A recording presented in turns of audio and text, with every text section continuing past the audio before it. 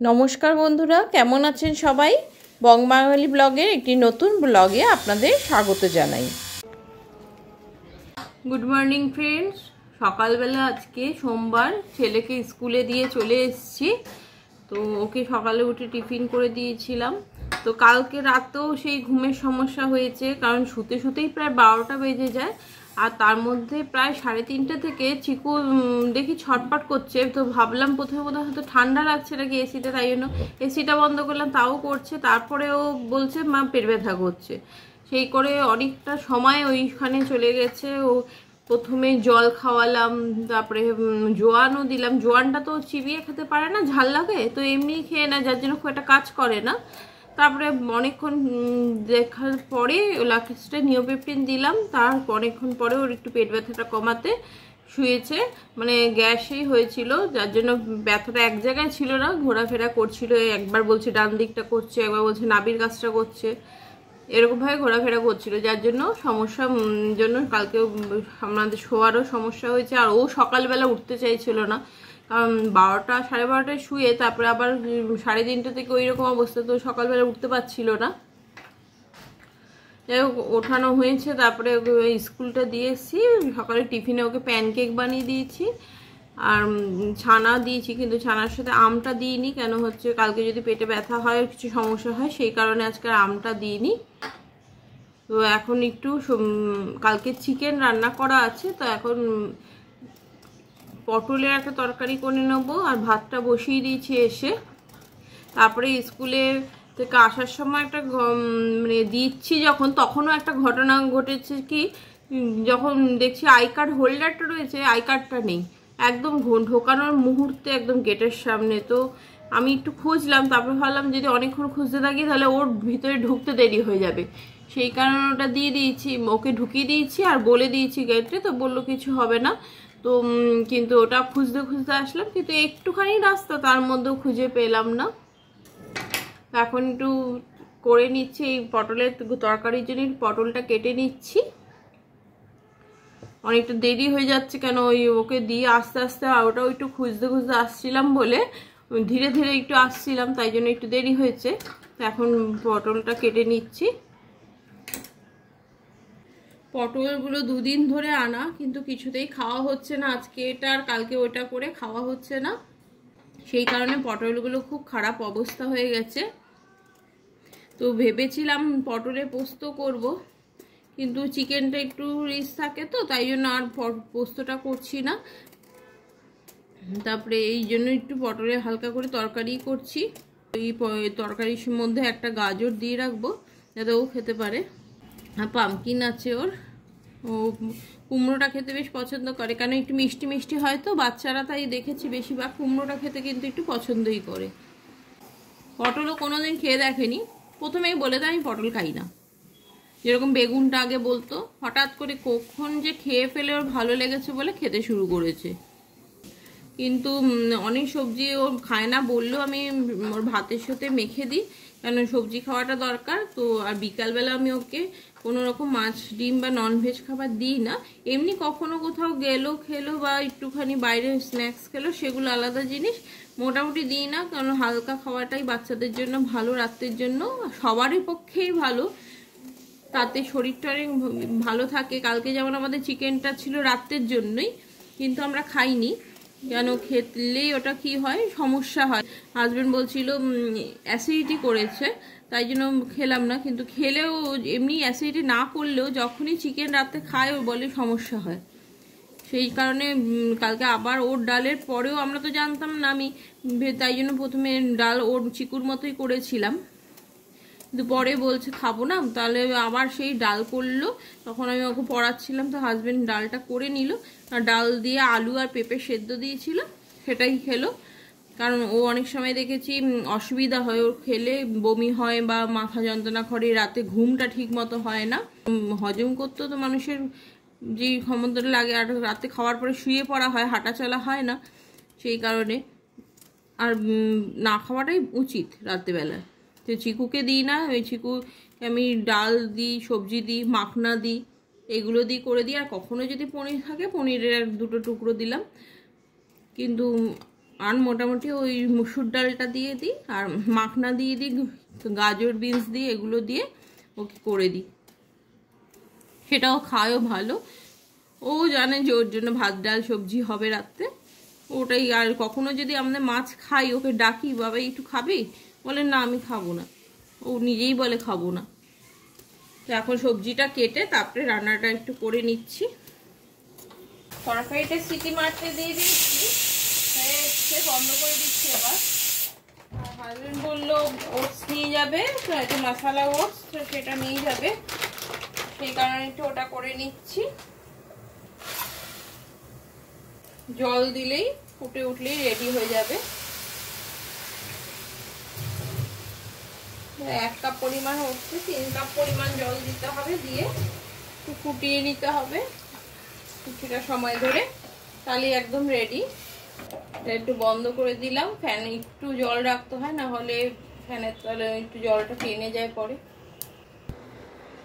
Husband ready হচ্ছে, তো এখন আবার টেবিল পাতার সময় পাইনি, তাই তাড়াতাড়ি করে এখানে বসে আয়রন করে নিচ্ছে।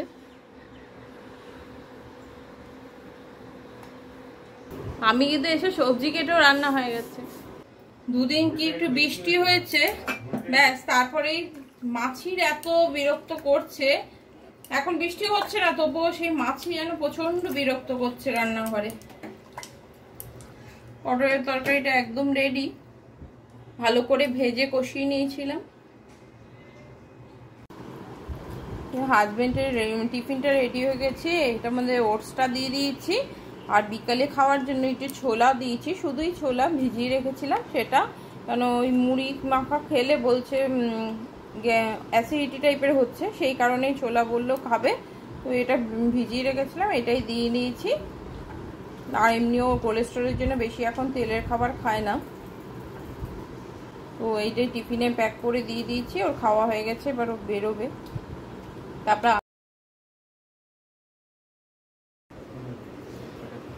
বাই। ব্রেকফাস্টও করে নিচ্ছি, কালকের একটু ইডলি ছিল খেয়েছি, এবার একটু ওষুধটা খেয়ে নেবো, বাকি একটু ওটস ছিল সেটাও খেয়ে নিচ্ছি।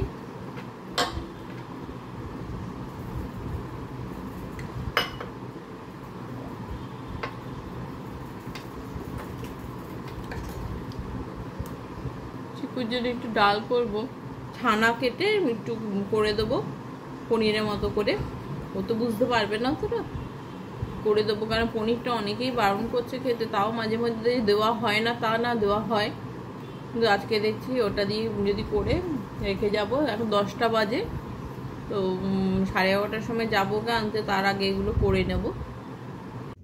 দুটো মেশিন ছিল, এটা ফেসিয়ালের মেশিন, আর এটা আপনার পায়ের ফেটে গেলে এটা দিয়ে স্ক্রাব করে। তো এটা আমি জানি এটা ঠিক আছে, তো ব্যাটারিটা সে ছিল না, তো এটা চলছিল না, তো ভাবলাম ব্যাটারি আসলে দুটোই টেস্ট করে দেখে নেবো। তো এটা নতুন ব্যাটারি দিয়েও দেখলাম চলছে না, তো এটা চলছে, তাই এখন একটু পাটা একটু ক্লিন করে নিচ্ছি। আবার এটা আরেকটা কিনতে হবে, ফেসিয়ালের মেশিনটা,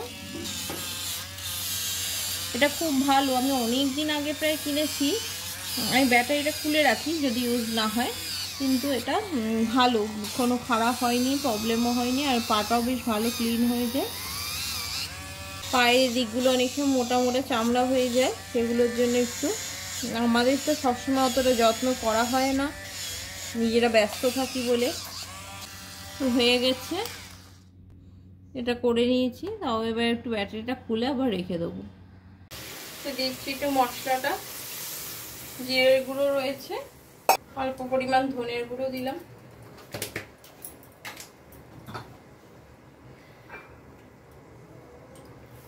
একটু কারি পাতা দিয়ে দিলাম, ব্যাস এইটুকুই। এটা দিয়ে একটু ফুটতে দেব, চিনিটা পরে দেবো একটুখানি, আর ছানার যে বলগুলো সেগুলো একটু পরে দেবো। এখন চিকুকে আনতে যাচ্ছি, স্কুলের কাছাকাছি চলে এসেছি, একটা অটো থেকে নেমে সামান্য একটু হেঁটে গেলেই হয়ে যায়। আর এখান থেকে অটোটা পাওয়া যায় না, যা পাওয়া যায় তাও সমস্যা হচ্ছে, স্কুল ছুটির টাইমে এত জ্যাম হয় ওখানটা, যে অটোগুলো সেই লাইন দিয়ে দাঁড়িয়ে থাকে। 2-3 দিন ট্রাই করেছিলাম, সেই হেঁটে হেঁটেই যেতে হয়েছে, এখন হেঁটে হেঁটে চলে যাচ্ছি। চিকুকে স্কুল থেকে আনার পরে এত গরম আজকে পড়েছে যে প্রচন্ড গরম। স্নান করিয়ে আসলাম, আমি আবার স্নান করলাম, সকালেও করেছি। এই যে চিকু এবার ঠাকুর নমস্কার করতে এসছে। হরে কৃষ্ণ হরে কৃষ্ণ কৃষ্ণ হরে কৃষ্ণ কৃষ্ণ হরে।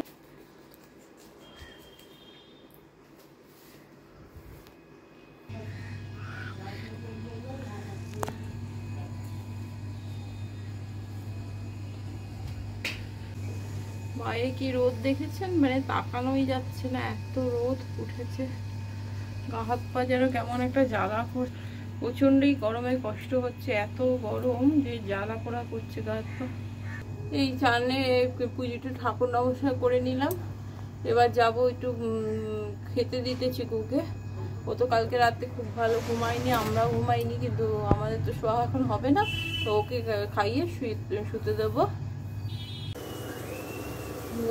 এখন হাজবেন্ড অফিস থেকে এসে গেছে, আমি কিছু তো পড়াতে দিয়েছিলাম, তো বললো চাউমিনই খাবে। তো রাতে আর কি এমনি পটলের তরকারি আছে, আর একটু ডাল করবো ভেবেছিলাম, তো বললো চাউমিন খাবে, তো এখন চাউমিন করে দিচ্ছি। ক্যাপসিকাম আনলো, চাউমিন করে দিচ্ছি। আর চিকু লিখছে, ও বাবার সাথে পাশে বসে লিখছে।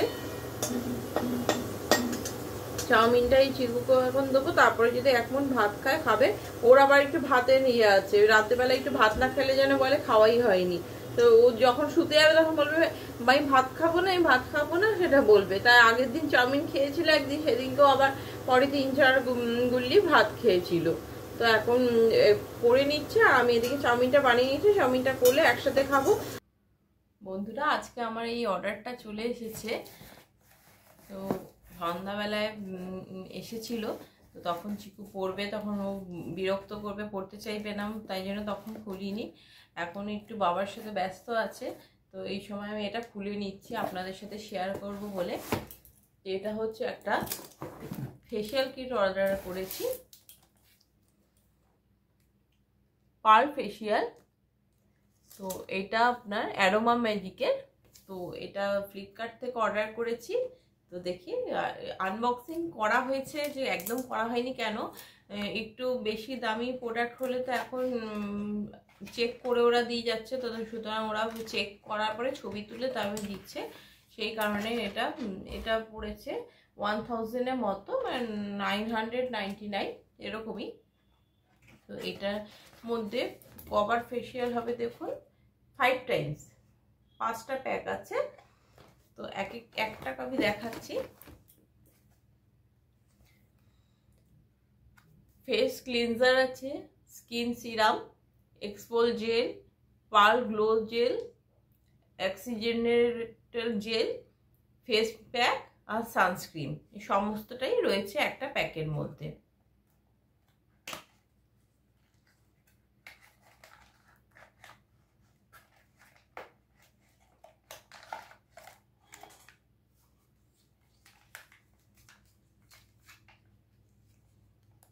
এই যে ফেস ক্লিনজার, প্রত্যেকটা মানে স্টেপ বাই স্টেপ নাম্বারিং করেই দেওয়া রয়েছে।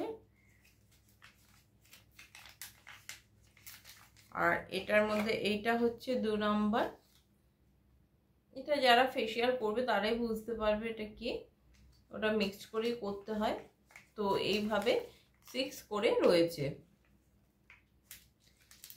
তো ফেশিয়াল করাবো, ফেশিয়ালে কিটটা শেষ হয়ে গেছিল, সেই জন্য এটা নিয়ে নিলাম। তা অনেক দিন চলবে, 5টা ফেশিয়াল হবে, তো অনেকটা দিনই চলবে, সেই কারণে একসাথেই এটা নিয়ে নিলাম। সিঙ্গেল প্যাক ছিল, তো সিঙ্গেল প্যাক নিয়ে নিই। তো আপনাদের যাদের মনে হয় সিঙ্গেল প্যাক নেবেন তারা অবশ্যই নিতে পারেন। তো এই একসাথে বড় প্যাকটা নিলে একটু সুবিধা হয়, আর অনেক দিনও চলে যায়, আর অতটা হেডেক থাকে না। হয়তো মনে হলো হঠাৎ করে ফেশিয়াল একটা কিছু করা হবে, তো তখন আবার অর্ডার দিতে হবে, আসবে তারপরে করা হবে, সেই কারণে এটা নিয়ে নিলে সুবিধা হয়। তো আমি এটা নিয়ে নিয়েছি, আপনারাও ট্রাই করতে পারেন। অ্যারোমা ম্যাজিকের ফেশিয়াল আমি আগেও করেছিলাম পার্লারে, তো ভালো ছিল, তো সেই কারণে অ্যারোমা ম্যাজিকটা নিলাম। আর বেশি এটা নিয়েছি আরও একটা কারণে, কারণ এটা হচ্ছে অয়েলি স্কিনের জন্য স্পেশাল, আর যা আমার এখনও পিম্পল হয়, তো সেই পিম্পলসের জন্য এটা ভালো, সেই কারণেই।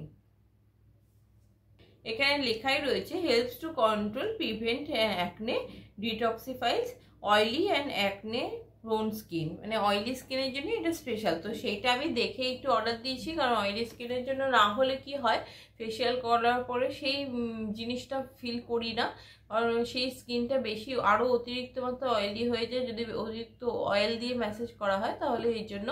তো সেই কারণেই ভেবে এটা নিয়েছি।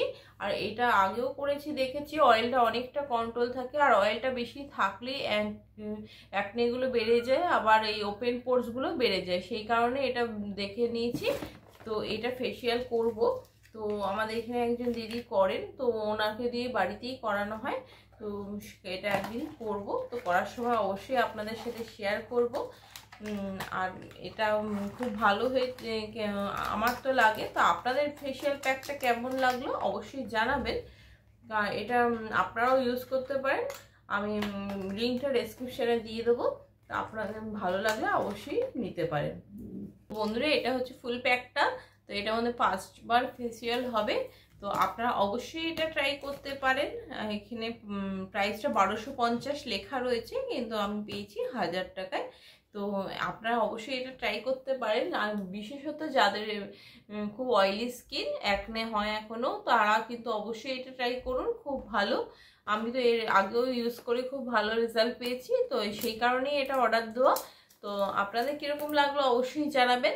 তো আমি ফেসিয়াল করার সময় অবশ্যই শেয়ার করব আপনাদের সাথে। আবার চলে আসবো নতুন একটা ব্লগ নিয়ে, নতুন একটা ভিডিওতে। সুস্থ থাকবেন। Good night.